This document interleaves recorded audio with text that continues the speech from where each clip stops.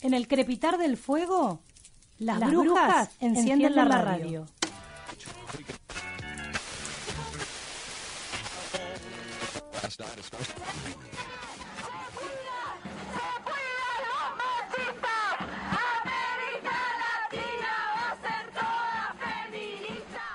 Rebeldes, desobedientes, libres, hermanas, en aquelarre permanente.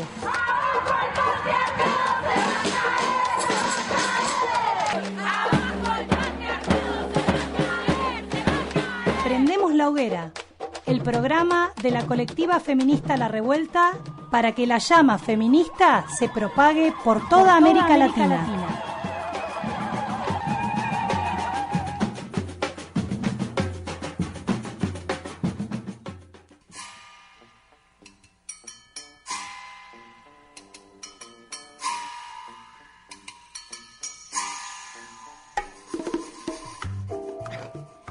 Bienvenidos, bienvenidas, bienvenides a este programa de la colectiva feminista La Revuelta que hacemos desde la ciudad de Neuquén y que se llama La Hoguera. Un programa que en esta ocasión está producido, está construido por mis compañeras de piso. Jenny, bienvenida. Gracias, Sarita. Bienvenida a vos también. Bueno, muchas y gracias. bienvenida, Caro. Te doy el pie. Bienvenida a todas.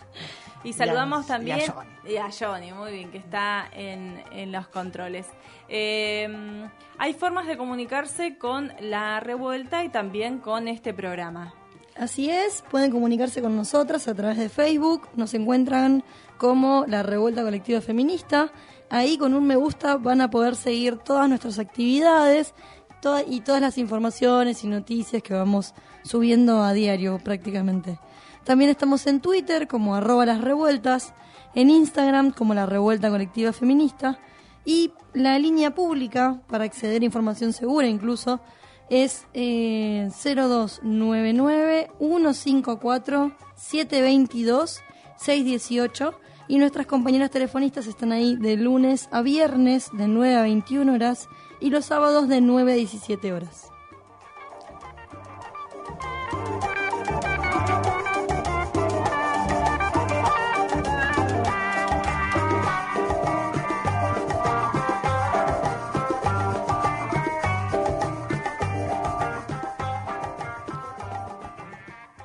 Bueno, hoy en el programa de La Hoguera vamos a hablar sobre las elecciones de Brasil del pasado 28 de octubre,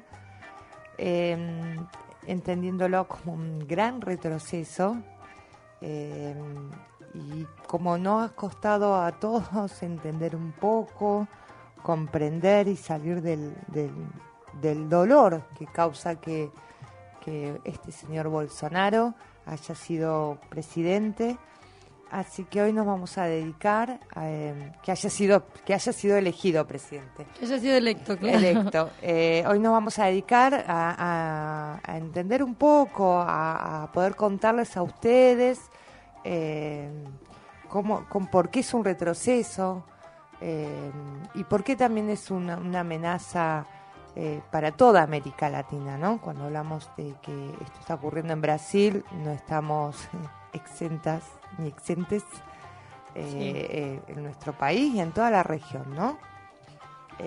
Podemos decir, bueno, primero que Bolsonaro es un militar que viene de la militar de reserva, y es un político de la ultraderecha brasilera.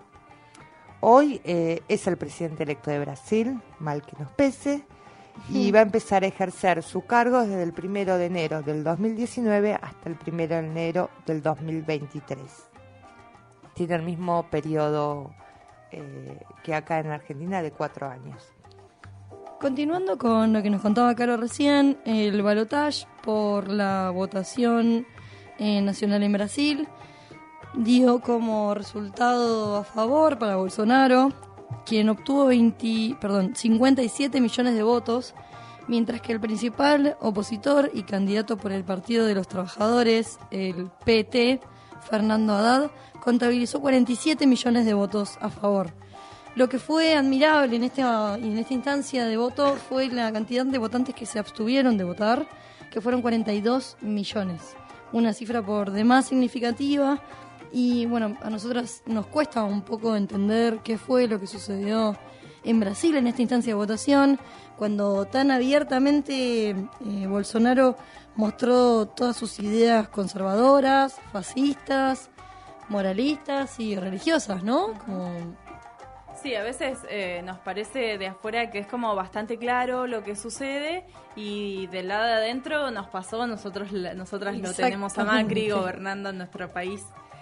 Para algunas personas era bastante claro la línea neoliberal que viene sacudiendo Latinoamérica, y en este sentido queríamos contarles un texto que como recopilación nos parece bastante interesante, que está en la revista Anfibia, que se llama El día que la derecha empezó a ganar en Brasil, y está escrito por Mariana de Gainza, y que hace referencia a un quiebre en la política y en la estructura un poco de Brasil desde las marchas del año 2013. Hace un recorrido la autora por algunas apariciones masivas en la esfera pública de ciertos sectores que empezaron a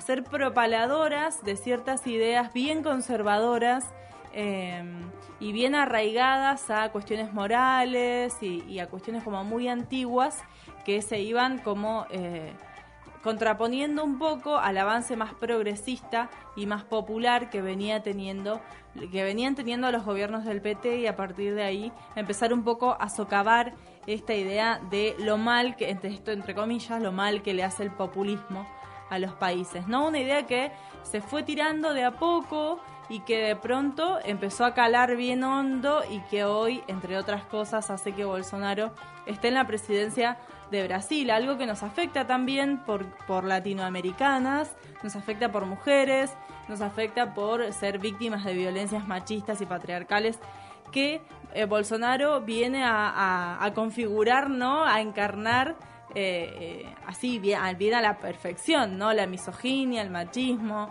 la lesbofobia, sí, y una actitud bien militar frente a las manifestaciones sociales, ¿no? Volviendo al texto que les comentábamos al principio, haciendo una retrospectiva de lo que vino sucediendo en Brasil desde el año 2013, hay un mes que es bastante recordado por algunas manifestaciones que se expresaron, un malestar contra Dilma Rousseff, que fue en junio del 2013. Exacto, esa manifestación fue de un sector privilegiado, como son los médicos, porque Dilma traía médicos cubanos para las zonas más, ¿cómo se diría?, más necesitadas. Uh-huh.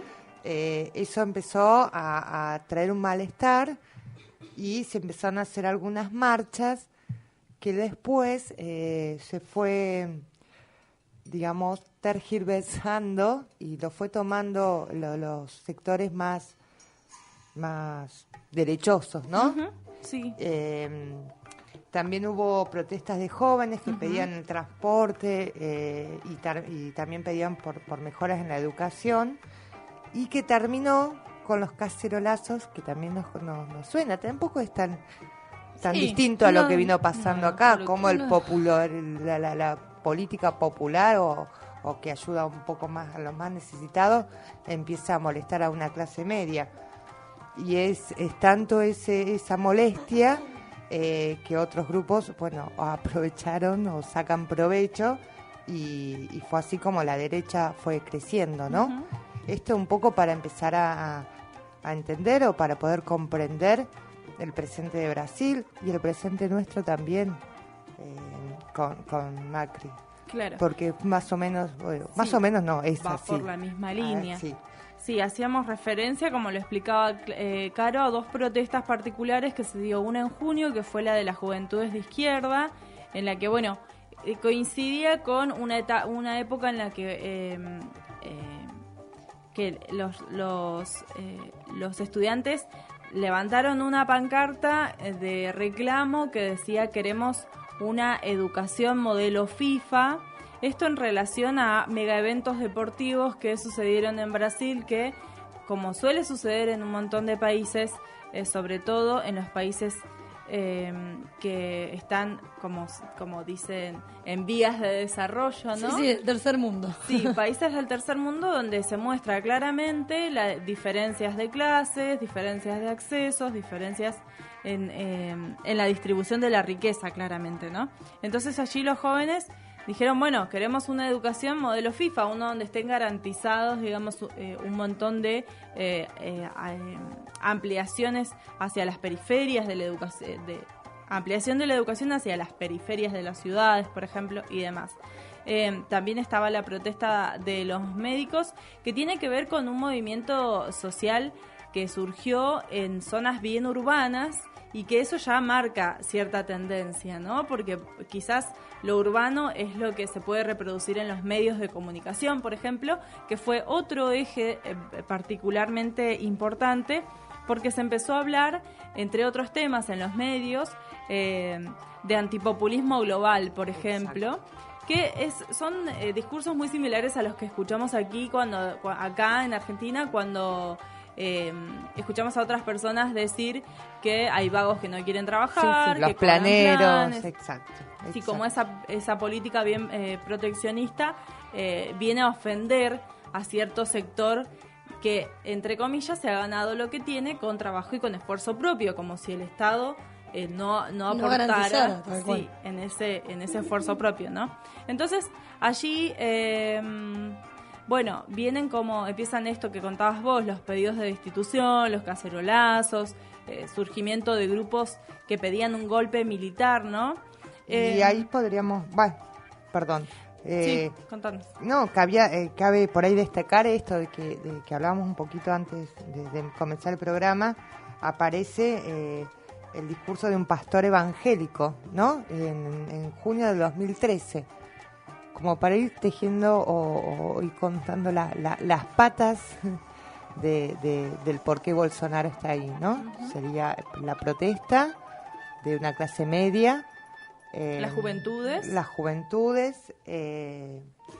Los medios de comunicación y la instancia católica y religiosa. Y bueno, más evangélica que sí, evangélica. En la parte de Brasil, acá fue más católica, ¿no? Y vos tenías algunos datos más de esos días. Uh-huh.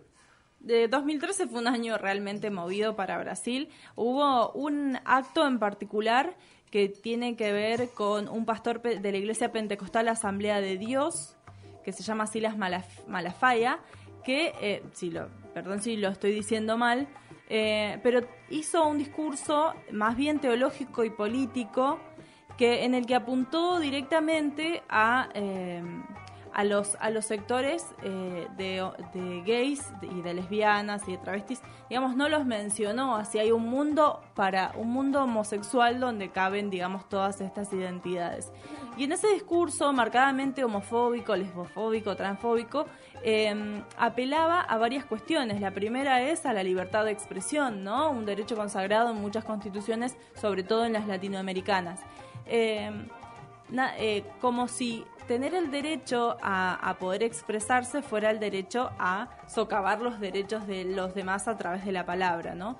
Entonces apuntó a varios frentes que finalmente empezaron a prestar oído a lo que decía este pastor pentecostal. Por ejemplo, a los periodistas les dijo que estaban reproduciendo discursos izquierdópatas, como en Venezuela, en Bolivia, en Ecuador, en Argentina, ¿no? Esto de que haya mujeres en el poder, de que haya gobiernos populistas en Latinoamérica, todo eso hacía como foco en la prensa como una prensa izquierdópata, ¿no? Esto lo decía este predicador pentecostal. También apuntó al Poder Judicial, diciendo que, bueno, que si se discute el aborto, por ejemplo, en Brasil, se iba a abrir la puerta a un montón de delincuentes, digamos, una noción bien sesgada de todos los discursos. Y a los legisladores también les apuntó, digamos, porque como miembros del Congreso los apostaba que fueran independientes y guardianes de la Constitución y de las buenas costumbres entendidas como las heteronormadas, sí, claro, las moralistas, heteropatriarcales, ¿no? Exactamente. Entonces, bueno, a partir de como esa semilla, digamos, que se va formando a través de todo el poderío que tiene también las iglesias evangélicas, que tienen un caudal muy importante de feligreses, de aportes económicos y de acceso a los medios de comunicación, es que estas ideas por ahí fueron como entrando en ciertos discursos. Sí, los medios de comunicación también funcionaron como un lugar por donde vos decías, por donde entraron. Hubo para la campaña, durante lo que duró la campaña, bombardeos, que no sé bien cómo se dice en portugués, que lo habíamos leído, de noticias falsas, había fake ¿no? news, claro, sí. Exactamente. Todo el tiempo con noticias falsas contra el candidato a Haddad, y que obviamente ayudaban a crear una imagen de Bolsonaro intachable. Por los que nos vamos a ir escuchando y nos van contando la gente de allá, sí, la campaña a través de los medios de comunicación fue impresionante y importante en las decisiones a la hora de votar. Sí, que fue una manera también de al principio ir midiendo fuerzas y luego de ir acumulando fuerzas, ¿no? Esta idea de la construcción de la opinión pública, que no es más que la linealidad de ciertos discursos y la reproducción constante de una idea hasta que se instala y que eso genera como una masa de pensamiento que va hacia un mismo lugar.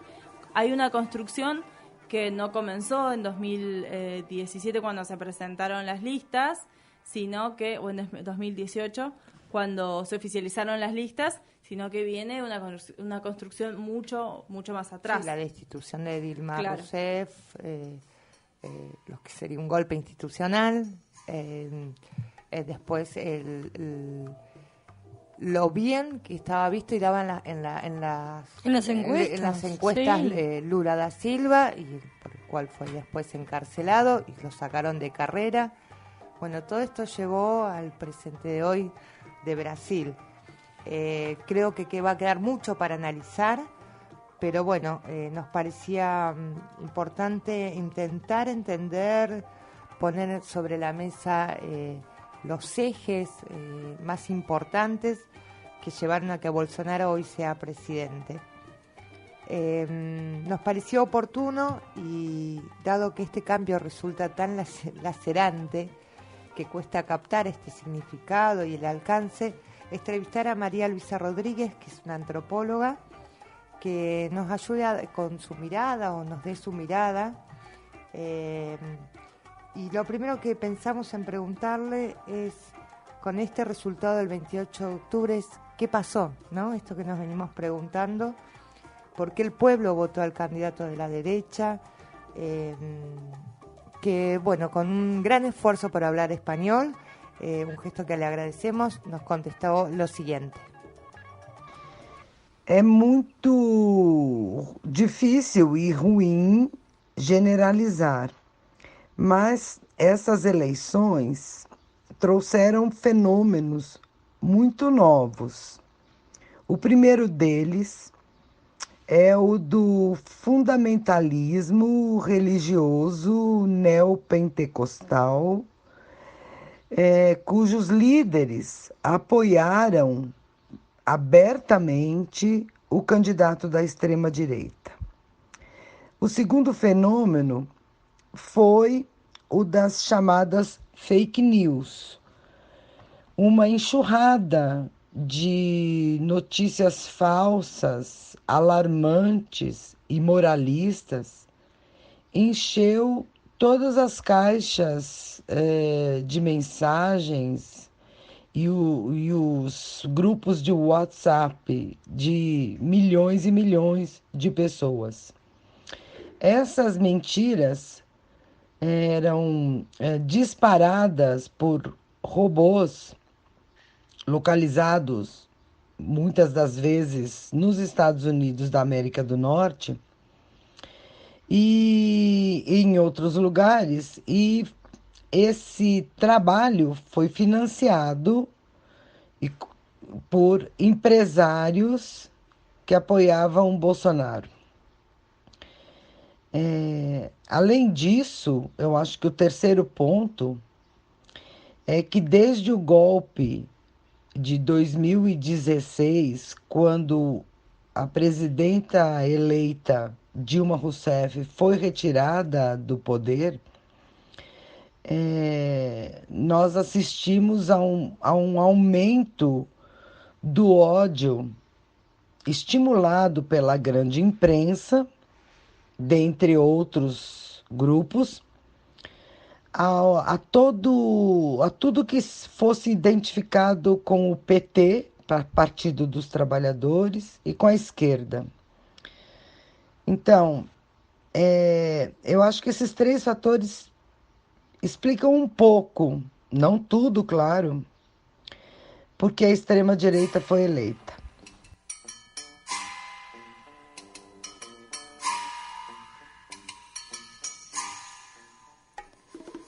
También le pedimos a María Luisa que nos cuente cómo se vieron estas elecciones en el territorio brasileño. Mas há ainda outro ponto a se considerar.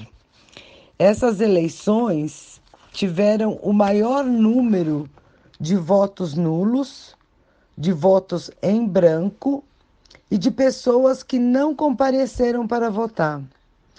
Então, no resultado final,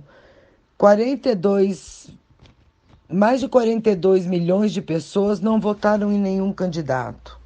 Quer dizer, uma boa parte do eleitorado estava descontente com todas as opções, com as duas opções.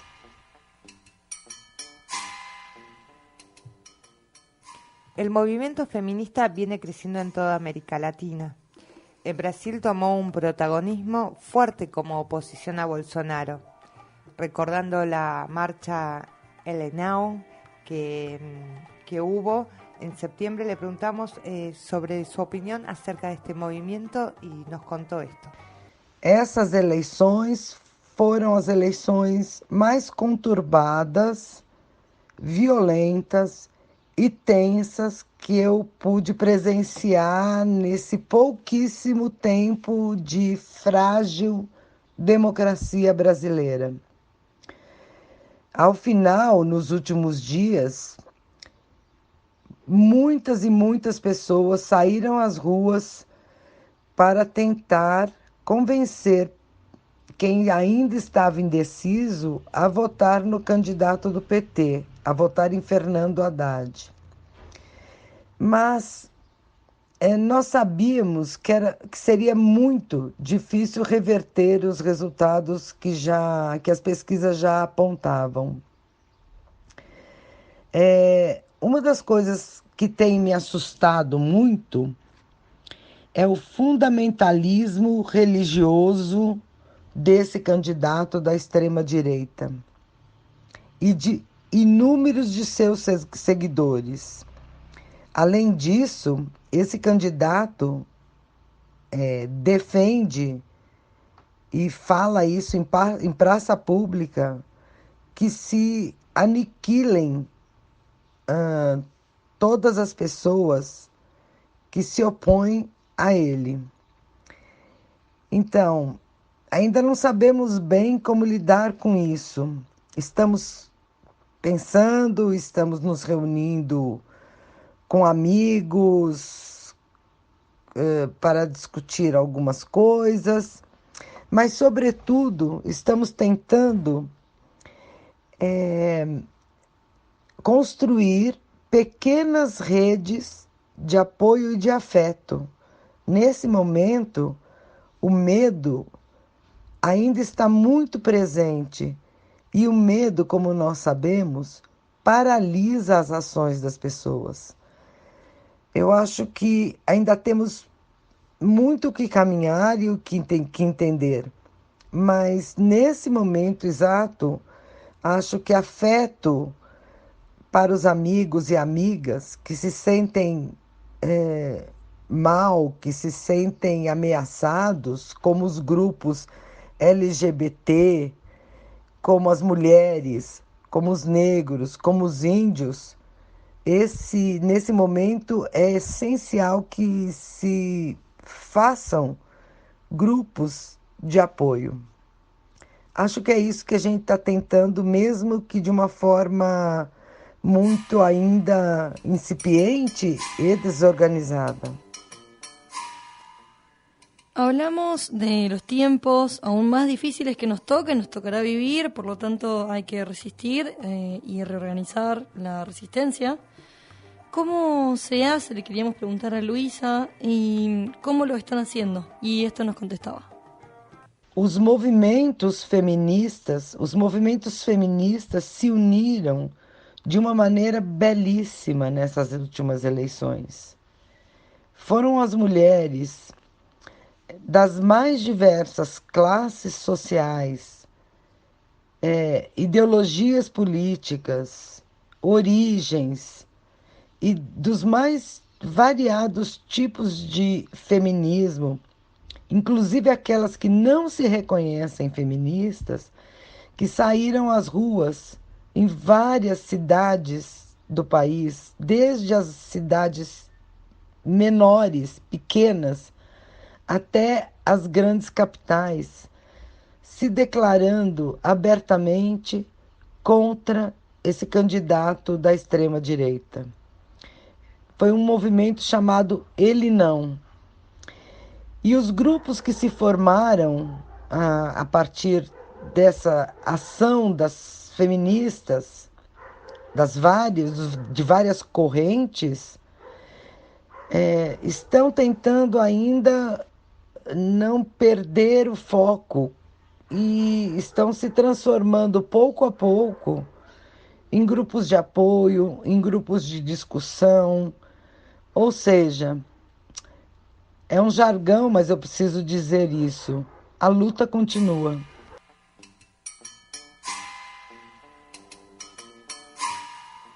Bueno, así vamos terminando este primer bloque de La Hoguera. Agradecemos a nuestra compañera María Luisa Rodríguez, antropóloga, que desde Brasil nos ayuda a mirar esta nueva realidad que se plantea no solo para este país, sino para toda América Latina.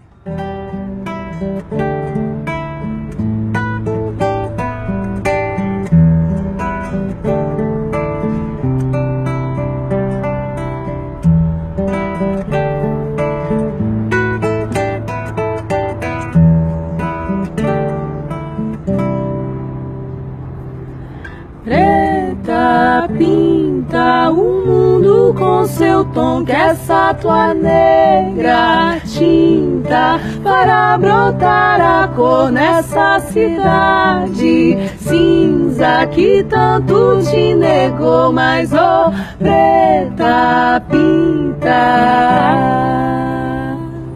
Carta marcada, calada, intenção tão sabotada, pinta de arte armada nessa cidade cercada de dor. Cor preta da pele, história que se sabe de cor. Quem desconhece olha estranho e ainda sente dó.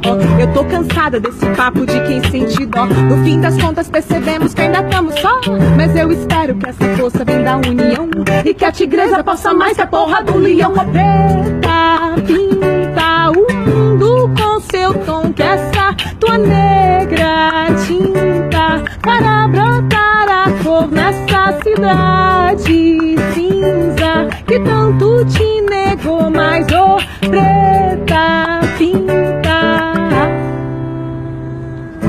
Estrela que brilha, clareia, trilha, ilumina e guia o meu caminhar, alumeia um pouquinho esse meu caminho, me deu uma luz difícil chegar. Quanto mais eu ando, mais escuro fica, me deu uma dica pra poder seguir. Não sei o que faço, se ando, se paro, se corro, se fico aqui. Tome minha boca pra que eu só fale aquilo que eu deveria dizer. Tome a caneta, a folha, o lápis, agora que eu comecei a escrever, que eu nunca me calho, o jogo só vale quando todas as partes puderem jogar. Sou mina, sou preta, essa é minha treta, me deram um mic e eu vou cantar. Canto pela tia que é silenciada, dizem que só a pia é seu lugar. Canto pela mina que é de quebrada, que é violentada e não pode estudar. Canto pela preta objetificada, gostosa, sarada, que tem que sambar. Dona de casa, limpa, lava e passa, mas fora do lar não pode ir trabalhar. Preta, pinta o mundo com seu tom, que essa tua negra tinta para brotar a cor nessa cidade cinza que tanto te negou, mas oh, preta, pinta.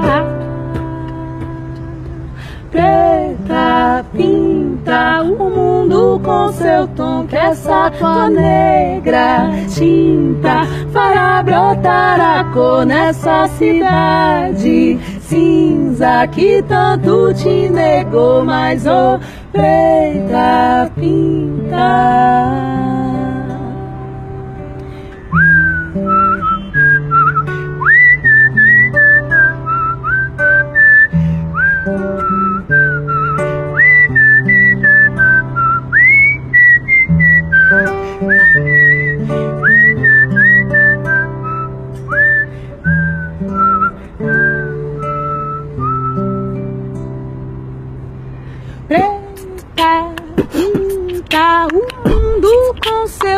Que essa tua negra tinta fará brotar a cor nessa cidade cinza que tanto te negou, mas ô preta pinta.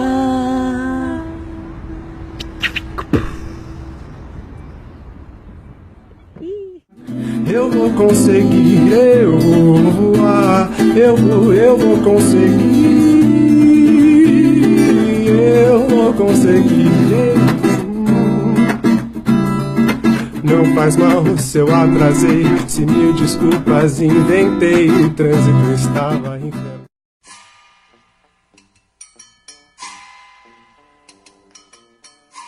Estamos hoy acá en el segundo bloque de La Hoguera, hablando sobre la elección de Brasil, donde Bolsonaro resultó electo el 28 de octubre pasado.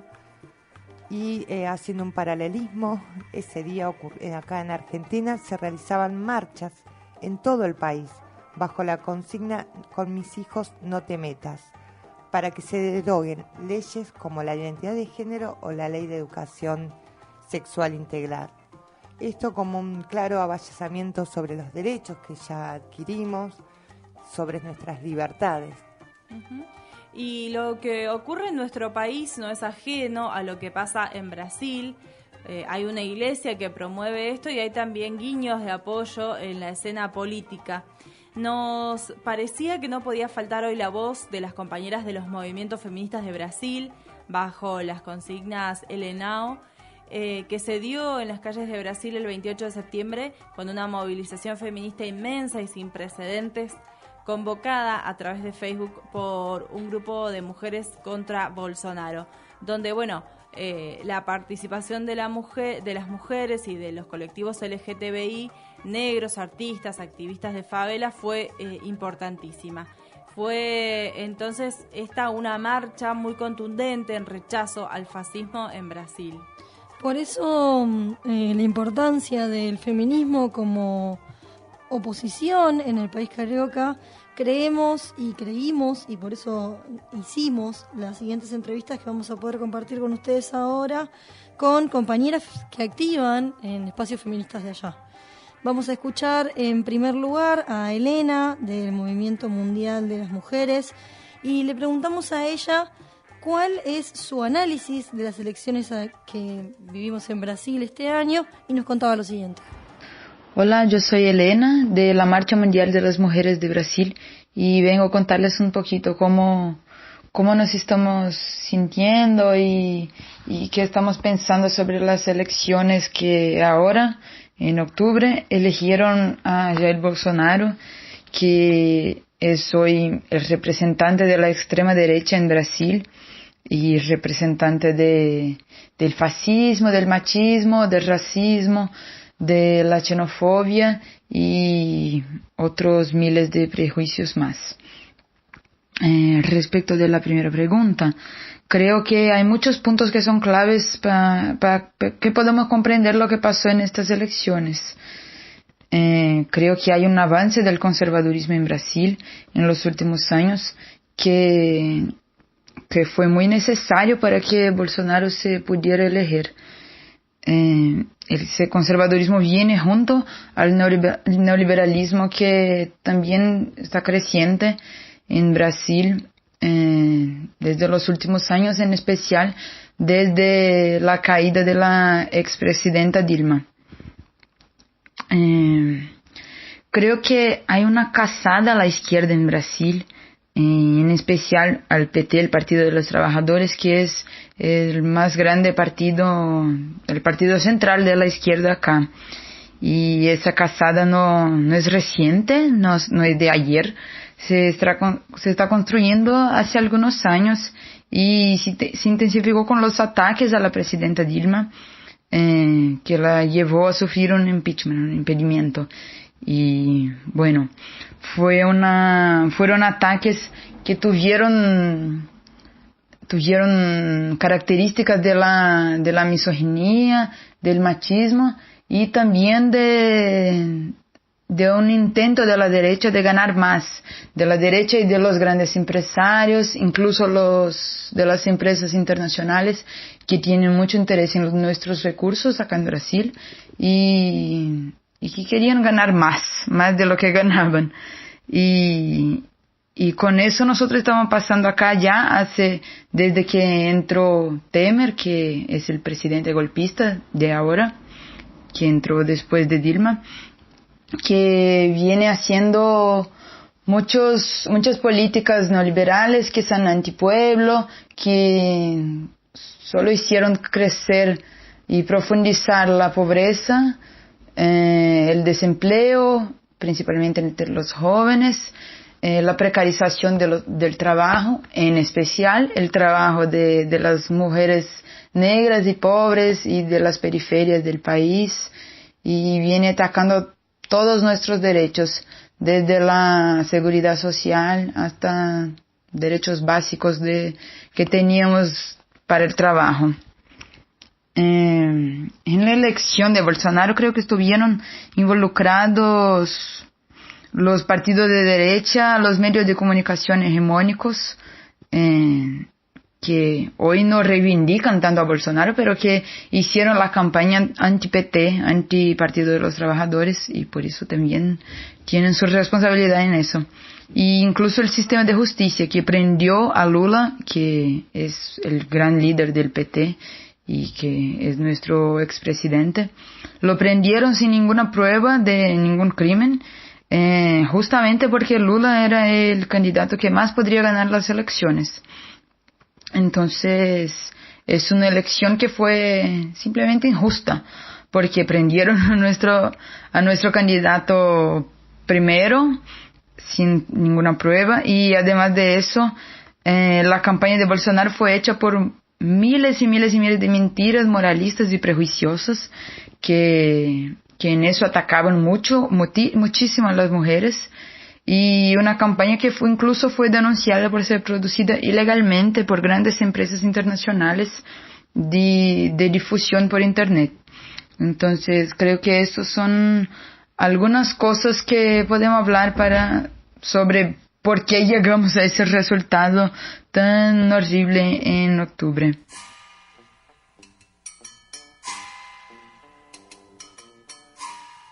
Marcel es una compañera que este año estuvo con nosotros, viajó con nosotros al encuentro plurinacional, y antes de volver a Brasil le consultamos también esto que estuvo circulando unos días antes, que era que se podía llegar a revertir las elecciones.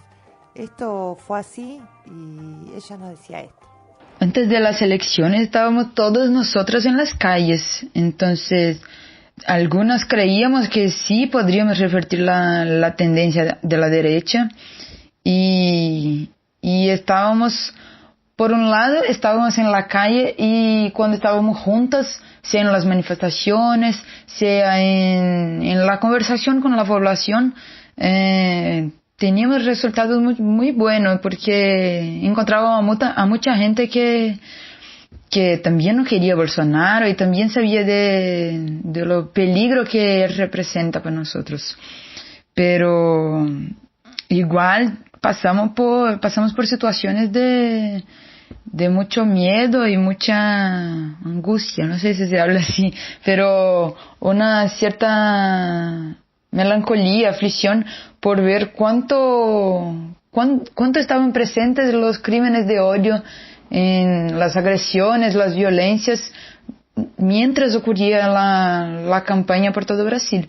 O sea, fueron más de 50 agresiones a personas, agresiones políticas a las personas por todo Brasil, y tuvimos inclusive muertes, asesinatos a las personas, a un artista del estado de Bahía, a un joven negro del estado de Ceará, y todo eso nos daba mucha pena, pero también un sentimiento de que estábamos, uno, en el lado cierto de la historia y del mundo y de la política, y dos, que estábamos haciendo las cosas que éramos distintos de ellos, porque no estábamos haciendo la política a través del miedo y de la violencia, pero sí de la conversación, de la construcción a partir de las calles, de las casas, de los barrios, de las regiones, y todo eso era muy lindo.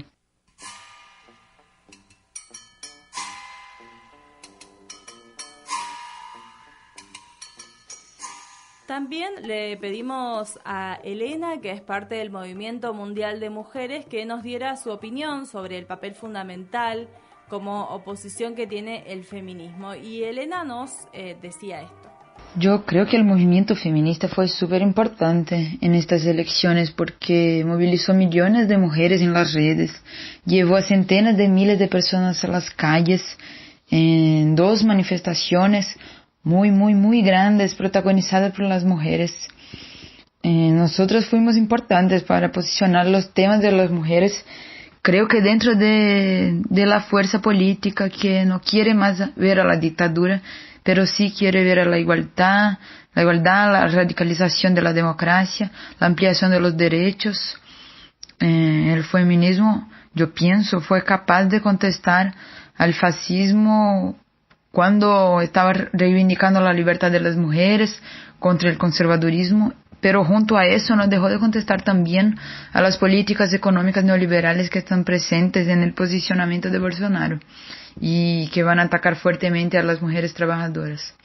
O sea, yo pienso que las mujeres fueron muy atacadas en este periodo electoral por la campaña de la derecha, pero estuvimos muy fuertes en las calles, en las conversaciones con las personas, y sabemos que mucha gente, mismo con la victoria de él, no quiere saber del machismo que él tiene en su discurso, de todas las violencias que él tiene en su currículum de política, y que quiere un mundo más feminista, y creo que por eso, mismo que derrotadas, salimos un poquito fortalecidas en nuestras movilizaciones.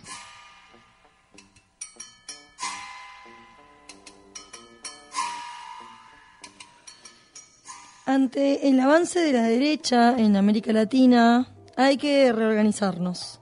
Sobre este punto nos interesaba la opinión de 2 compañeras, y primero escuchamos a Mariel, que esto nos decía. Y bueno,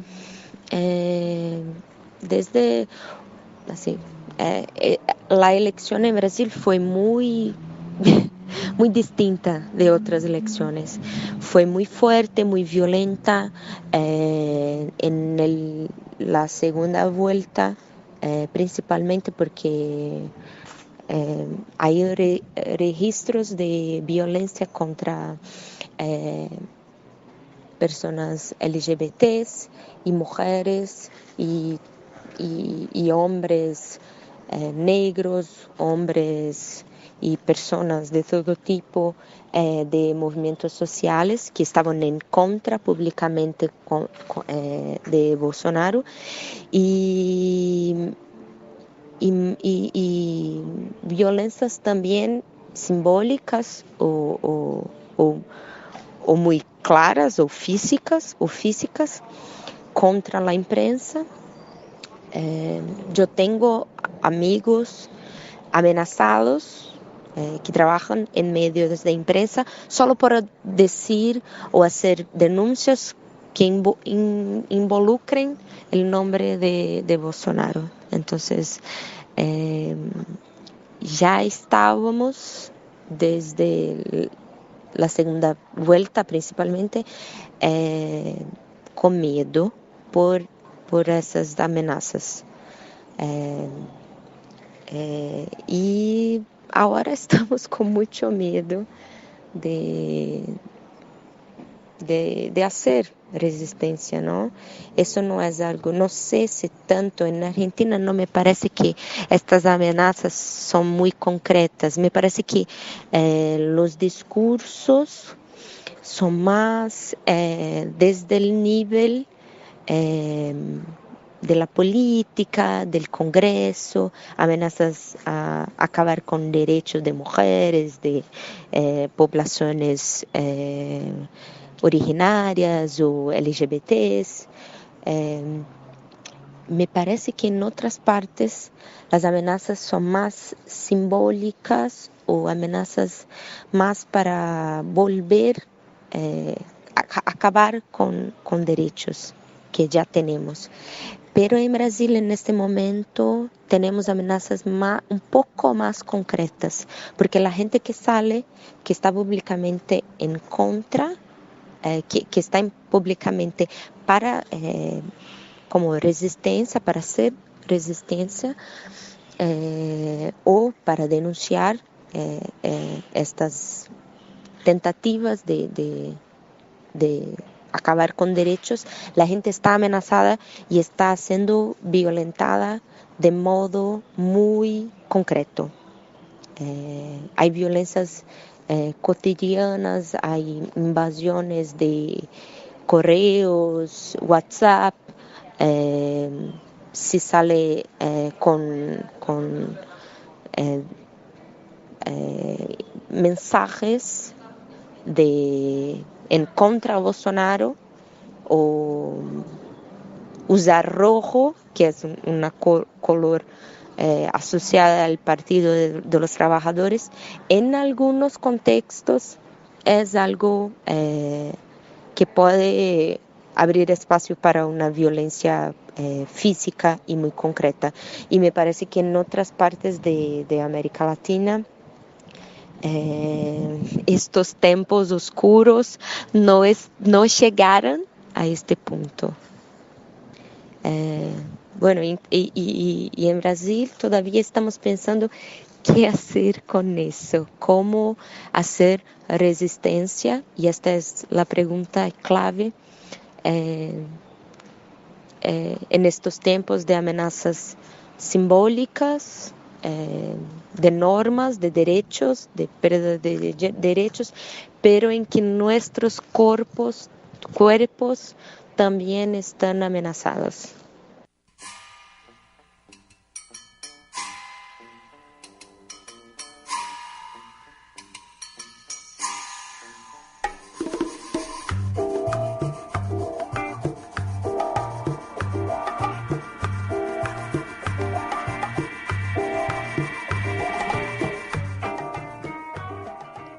Escuchábamos la voz de Mariel, ahora vamos a escuchar a la compañera Elena sobre cómo se sigue resistiendo desde el feminismo en Brasil. Bueno, eso que está pasando en Brasil no puede, creo, ser comprendido como algo aislado del continente. Si hoy tenemos Macri en Argentina, Piñera en Chile, todos los ataques internacionales que son súper neoliberales que están pasando en Venezuela, todo eso está relacionado con lo que pasa acá en Brasil también, con el avance de la derecha acá en Brasil. Y por eso es importante que tengamos todas nosotras, las mujeres luchadoras de este continente, tengamos una mirada atenta y abierta a lo que está pasando en la política continental, para que tengamos una resistencia también continental. Creo que vamos a pasar por una situación que yo, que soy joven, tengo 22 años, nunca he visto igual por acá. Porque desde que yo existo hay una democracia que es frágil e insuficiente, pero aún no se puede que un presidente nos diga que va a matar los los rojos, los militantes, los luchadores del país. Y ahora eso está pasando. Entonces, creo que es momento de fortalecer nuestras redes a nivel latinoamericano, o sea, ultrapasar las fronteras en la lucha política y ver las cosas de manera amplia, pero igual tenemos que fortificar a nuestras militancias en las regiones, los barrios, las comunas, partiendo de las demandas locales, de las conversaciones hechas en los territorios, y así vamos creciendo en cantidad de mujeres que queremos un mundo distinto, un mundo más igual, más lindo, más lleno de posibilidades, de igualdades. Y eso, creo que es eso. Gracias por invitarnos a contarles un poquito de cómo estamos acá y que sigamos con la lucha porque hay mucho camino por adelante. Y eso, seguiremos en marcha hasta que todos seamos libres.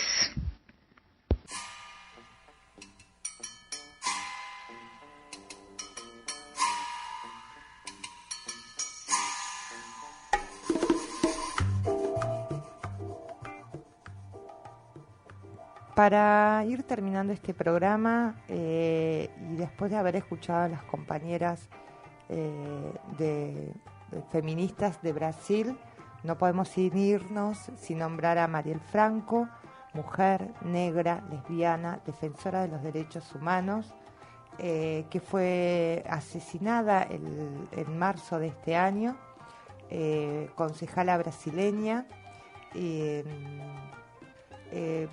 y no defensora de las mujeres y disidencias.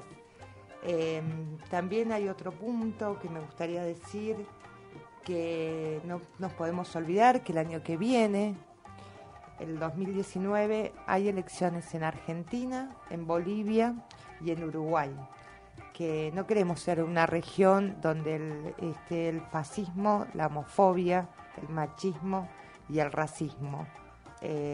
Como decía una nota que leímos en Crisis, debemos reorganizarnos para velar por los logros que cosechamos desde abajo, donde emerge en el corazón de la resistencia. Se lo debemos a quienes dejaron su vida por eso. Por Marielle Franco, presente. Presente.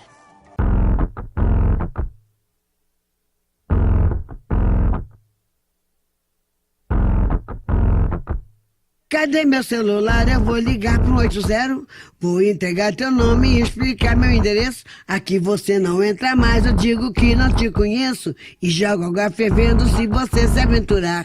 Eu solto o cachorro e apontando pra você, eu grito pé. Eu quero ver você pular, você correr na frente dos vizinhos. Você vai se arrepender de levantar a mão pra mim. Cadê meu celular? Eu vou ligar pro 80, vou entregar teu nome e explicar meu endereço. Aqui você não entra mais, eu digo que não te conheço e jogo água fervendo se você se aventurar. Eu solto o cachorro e apontando pra você, eu grito pé. Eu quero ver você pular, você correr na frente dos vizinhos. Você vai se arrepender de levantar a mão pra mim. E quando o Samango chegar, eu mostro o rosto do meu braço. Entrego teu baralho, teu bloco de pule, teu dado chumbado, põe água no bule. Faço ainda ofereço um cafezinho, cê vai se arrepender de levantar a mão pra mim.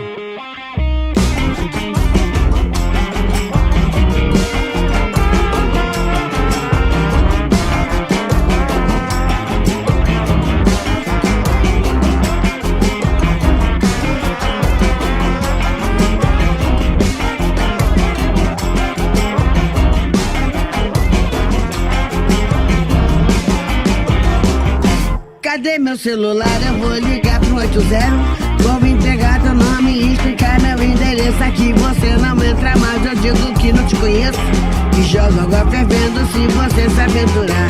Eu solto o cachorro e apontando pra você, eu grito pé. Eu quero ver você pular, você correr na frente dos vizinhos. Você vai se arrepender de levantar a mão pra mim. E quando tua mãe ligar. Eu capricho nos colares.